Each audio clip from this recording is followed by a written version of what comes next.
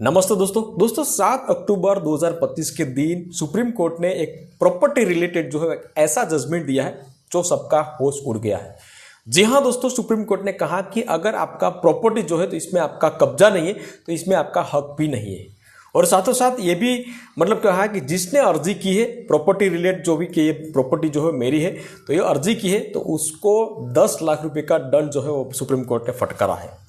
इससे पहले यही केस में सुप्रीम कोर्ट की एक थोड़ी सी मिस्टेक के कारण वो अर्जीकर्ता को 2 करोड़ रुपए मिल रहे थे, लेकिन जब सुप्रीम कोर्ट को अपनी गलती का एहसास हुआ तो 10 लाख रुपया जो है वो सामने दंड फटकार दिया है। तो क्यों कहा सुप्रीम कोर्ट ने ऐसा कि अगर आपकी प्रॉपर्टी कोई भी प्रॉपर्टी इसका कब्जा आपके पास नहीं है तो आपका हक भी नहीं है। साथों साथ ये भी बात करेंगे कि 10 लाख रुपया जो है वो अर्जीकर्ता को क्यों दिया, दंड दिया है।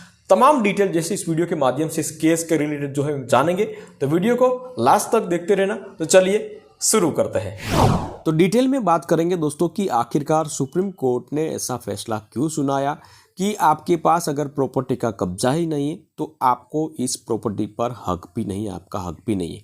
और साथ ही साथ अर्जदार जो अर्जी की थी प्रॉपर्टी के लिए उनके साथ जो है कि 10 लाख रुपए का दंड भी फटकार दिया कि आपको 10 लाख रुपए का दंड भरना पड़ेगा। तो ऐसा क्यों हुआ इसके बारे में अगर बात डिटेल में बात करेंगे इस वीडियो के माध्यम से। अब इस मामले पर विस्तार से बात करते हैं। तो दोस्तों इस संपत्ति का विक्रय पत्र जो है 1989 में तैयार किया गया था।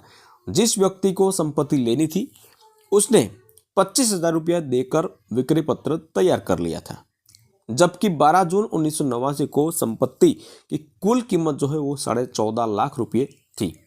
अब हुआ यूं दोस्तों कि जो व्यक्ति संपत्ति का मालिक था उसने सामने वाले व्यक्ति को संपत्ति देते हुए कहा कि ये संपत्ति जो है वो ले लो और मुझे अभी 25,000 रुपया दे दो, बाकी के पैसे बाद में दे देना।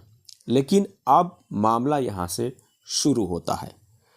अब 25,000 रुपया देने वाला व्यक्ति जो है यानी कि संपत्ति लेने वाला व्यक्ति थोड़ा होशियार था और इसने क्या किया, उसने सुप्रीम कोर्ट में एक केस कर दिया। किस बारे में केस कर दिया कि इस प्रॉपर्टी पर अब मेरा कब्जा है, मतलब कि मैंने इसके लिए 25,000 रुपया बयाना राशि दिए हैं। तो अब ये केस जो है किया है मैंने केस किया है, मुझे यहाँ से कोई बेदखल नहीं कर सकता।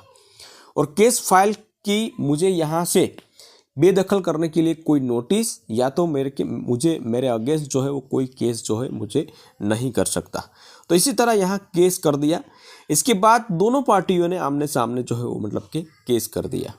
उसके बाद कई सालों तक ये केस जो है अलग अलग कोर्ट में चला और अदालतों में चला, लेकिन आखिरकार जो है वो कि 4 अक्टूबर 2025 को सुप्रीम कोर्ट में ये केस आया और सुप्रीम कोर्ट ने ये फैसला सुनाया कि ये केस जो है कि बहुत पुराना केस है, 35 साल हो गया है और अब ये केस का कि कोई भी डिसीजन आना चाहिए।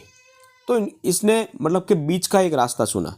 इसने क्या कहा कि जो प्रॉपर्टी लेने वाला था तो उन्होंने कहा कि आपने 1989 में 25,000 रुपये देखिए प्रॉपर्टी लिया था, तो अब इस प्रॉपर्टी का भी काफ़ी हद तक भाव जो है बढ़ गया है, तो आप इनको 800 गुना भाव दे दीजिए।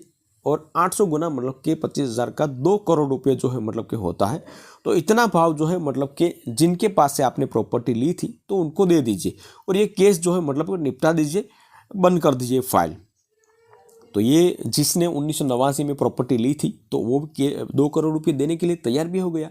लेकिन यहाँ क्या हुआ दोस्तों, जो सामने वाला व्यक्ति था कि जिसे प्रॉपर्टी बेची थी तो वो 2 करोड़ रुपये लेने के लिए तैयार नहीं था। इसने क्या कहा कि मुझे 2 करोड़ रुपये नहीं चाहिए, मुझे तो सिर्फ प्रॉपर्टी ही चाहिए, कि ज़मीन ही चाहिए। अब क्या हुआ दोस्तों, उसके बाद अपीलकर्ता ने ज़्यादा लालच में आकर उसने सुप्रीम कोर्ट की बात जो है मानी नहीं और कोर्ट बदलता रहा, अलग अलग अदालतों में केस करता रहा और खुशकिस्मती से वो केस जो है वो जीतता भी रहा। जीतता इसलिए रहा कि उसने कि ये दिखाया नहीं था कि कब्जा मेरे पास नहीं है। ये दोस्तों ये लाइनिंग जो है कि बहुत इंपॉर्टेंट है कि ये सब तो काफ़ी कोर्ट में केस किया था, लेकिन इसमें कोई ये नहीं बताया था कि कब्जा मेरे पास नहीं है। और सिविल कोर्ट जो है कि सुप्रीम कोर्ट ये समझती रही कि कब्जा जो है इनके पास है और वो छुड़ाने के लिए ही ये सामने वाला प्रॉपर्टी जो प्रतिवादी था तो वो मतलब कि इसको देने के लिए कोर्ट ने कहा था। तो उसने सिर्फ यही दिखाया कि प्रॉपर्टी में मेरा हक है और केस एक बार फिर सुप्रीम कोर्ट में आता है 4 अक्टूबर 2025 4 अक्टूबर 2025 को सुप्रीम कोर्ट में आता है। अब यह बात करते हैं, यहाँ आगे बात करते हैं कि अब क्या हुआ। तो अब तक सुप्रीम कोर्ट भी यह समझता रहा कि कब्जा इसी व्यक्ति के पास है जिनने मतलब के प्रॉपर्टी बेची है, तो इसीलिए वो जीतता रहा। लेकिन असल में कब्जा किसी और के पास था जिसने 1989 में 25,000 रुपया बयाना राशि दे के ले लिया था। तो अब इस मामले में थोड़ा विस्तार से हम समझते हैं तो आपको बिल्कुल सरलता से आपको वास्तविकता को केस की वास्तविकता समझ में आ जाएगी। असल मामला क्या था, 1 अप्रैल 2025 को प्रतिवादी मतलब कि जिनने संपत्ति खरीदने वाले व्यक्ति ने सुप्रीम कोर्ट में एक अर्जी दाखिल की।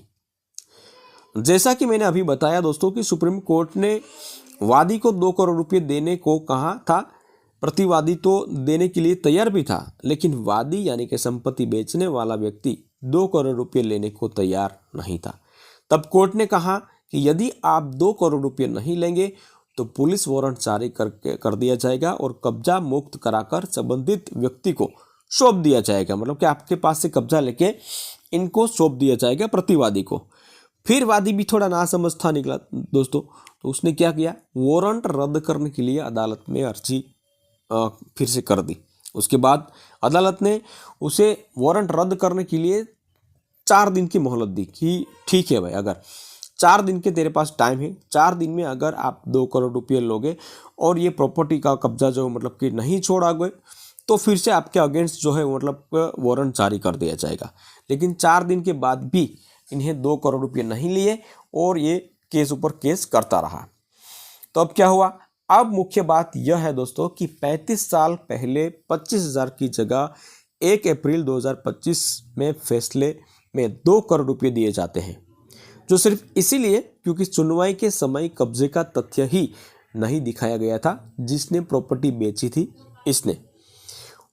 और अब सुप्रीम कोर्ट को भी पता चल गया था कि आपके पास संपत्ति का कब्जा ही नहीं है, तो आपको उस पर अधिकार भी नहीं है।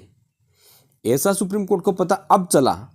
अति लोभ पाप का मूल है, ये विचार, ये तो यह कहानी इस केस में फिट बैठती है दोस्तों। और उसके बाद सुप्रीम कोर्ट को पता चला कि इस व्यक्ति के पास उस संपत्ति का कब्जा ही नहीं है। और 1990 में सुप्रीम कोर्ट ने एक बार फैसला भी सुना दिया था कि इस प्रॉपर्टी पर इनका कोई कब्जा नहीं है। बाद में क्या हुआ, सुप्रीम कोर्ट को अगर पता चला, उनकी गलती का पता चला सुप्रीम कोर्ट को, तो उनकी बैंड बजा के रख दी। सुप्रीम कोर्ट ने तुरंत ही फैसला सुनाया कि प्रॉपर्टी पर आपका कब्जा नहीं था, फिर भी आपके जो प्रतिवादी आपकी जो प्रॉपर्टी जो लेने वाला था उनको इतने सालों तक जो है हैरान परेशान किया, कोर्ट के धक्के कराए और पैसा इतना खर्चा किया, तो उसके दंड स्वरूप आपको 10 लाख रुपया प्रतिवादी को मतलब कि जिनने आपके पास से प्रॉपर्टी खरीदी है तो उनको 10 लाख रुपया जो है मतलब 1 महीने के अंदर ही देना पड़ेगा। अगर 1 महीने के अंदर आप नहीं दोगे तो आपको 12% ब्याज सहित आपको 10 लाख रुपया देना पड़ेगा। ये वास्तविकता है ये केस की दोस्तों। एक समय था, ऐसा भी था कि आवेदक को 2 करोड़ रुपये मिलने वाले थे, सामने वाले देने के लिए तैयार भी हो गए थे, लेकिन 7 अप्रैल 2025 को उसने 2 करोड़ रुपये नहीं लिए, तो 7 अक्टूबर सिर्फ 5 से 6 महीने के अंदर ही पूरी बाजी ही पलट गई और 10 लाख रुपये का जुर्माना लगा दिया। अगर वह भुगतान भी नहीं कर पाते तो 12% ब्याज सहित आप इसको 10 लाख रुपया जो है वो चुकाना पड़ेगा। तो इसीलिए ही कोर्ट ने ऐसा फैसला सुनाया था कि जब आपके प्रॉपर्टी पर आपका हक नहीं मतलब कि कब्जा नहीं है तो आपका हक भी नहीं होगा, और उसके बाद 10 लाख रुपए का जुर्माना उस पर लगा दिया। तो वीडियो पसंद आया तो वीडियो को एक लाइक जरूर कर लेना दोस्तों, शेयर करना, और चैनल पे नहीं आए हैं तो चैनल को सब्सक्राइब जरूर कर लेना।